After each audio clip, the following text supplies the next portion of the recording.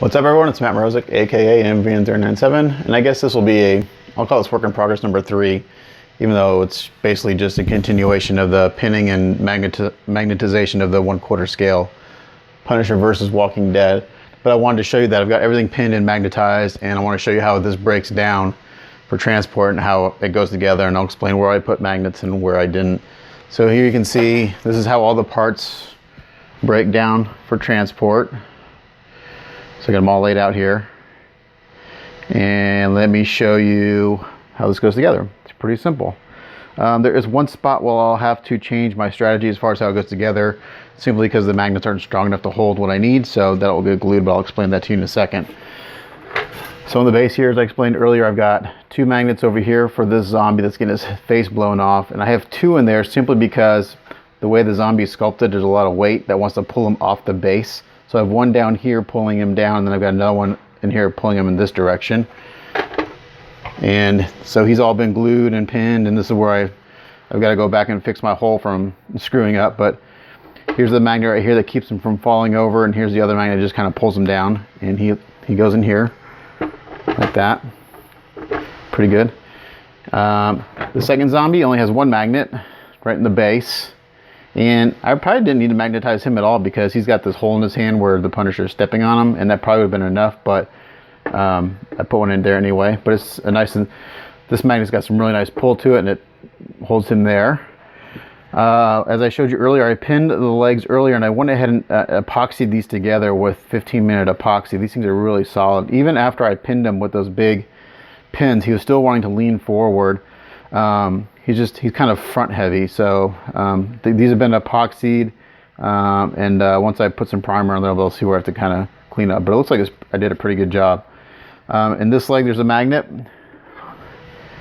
Hopefully you can see that.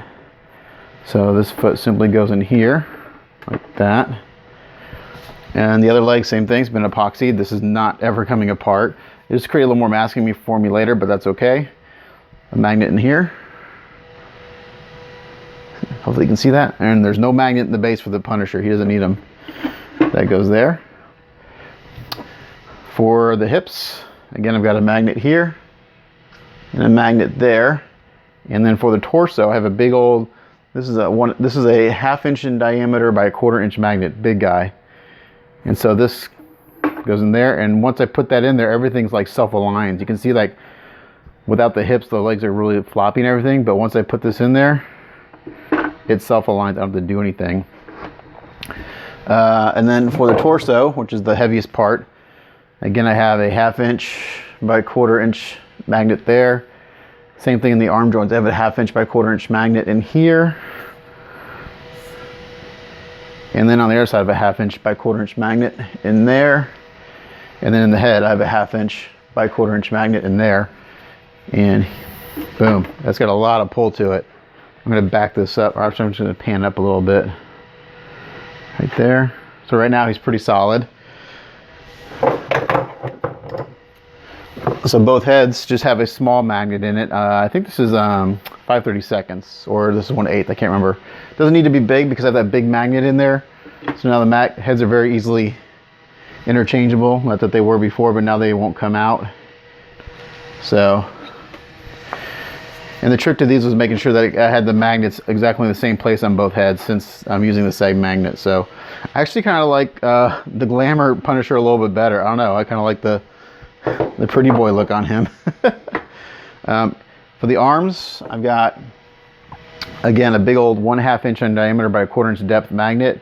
And you can see I actually marked an X on here to make sure I got a dead center.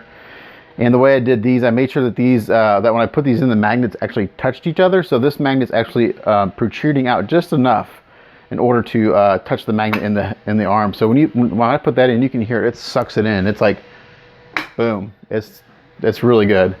Oops, actually the magnet just popped out. So now I have to go back and glue that, but it's no big deal. So it came back out. So nice tight fit. Same with the other arm. 1/2 inch by 1/4 inch. Boom, locks it in there really well.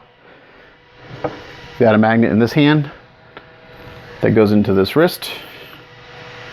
Again, that's kind of all self-aligns when I get it in there. And this is the one spot where I put the biggest magnets I had in, and it's just not enough power to hold the gun because there's so much weight going in here. So eventually this will I'll actually glue this into place of the arm after the painting. But right now you can see that the gun wants to drop and actually hit the zombie. It's supposed to be right there. So after I'm done painting, I'll go ahead and epoxy that hand in. That's the only part where the magnets did not work on this kit. Punisher logo doesn't get any magnets, it simply just pops in. And the weapons have tiny magnets in them also. Hopefully you can see that in the reflection. So let me spin this around. And these are perfect, just go boom. Pops in, and boom, pops in. So there you go. So 1/4 scale Punisher versus The Walking Dead. I'll pin, that'll get glued on later. I'll pin in magnetized, ready to, well, my next step will be is I'll give it a good bath in some, I typically soak things in Purple Power overnight for 24 hours, but this does not feel to have like hardly any mold release on it. So some kits, what I'll do, I'll just use soft scrub with bleach and a really good scrub brush and give it a good scrubbing. This feels like really, like there's no mold release on it whatsoever. So I think a good scrubbing with that and a good coat of primer will be good to go. So that's going to be the next step, is I'll wash all the parts and then I'll go do my seam work on, the only seam work I have is on the zombies. Everything else doesn't need any seam work. So really, really nicely designed kit. So let's go ahead and take this apart. So it'll be easy to take apart and, you know, take them to shows or, you know, competitions and stuff like that. So it's, that was the whole goal, to make it easy to transport, since I tend to go to a lot of competitions and shows and stuff. So like I said, hopefully I'm going to get this done for Wonderfest. I think I can. So we'll see. But so the worst seam on the zombies is actually in this neck right here. Got a little bit of a gap, but it's no big deal. But there he is. Thanks for watching, and we'll catch you guys next time. Bye.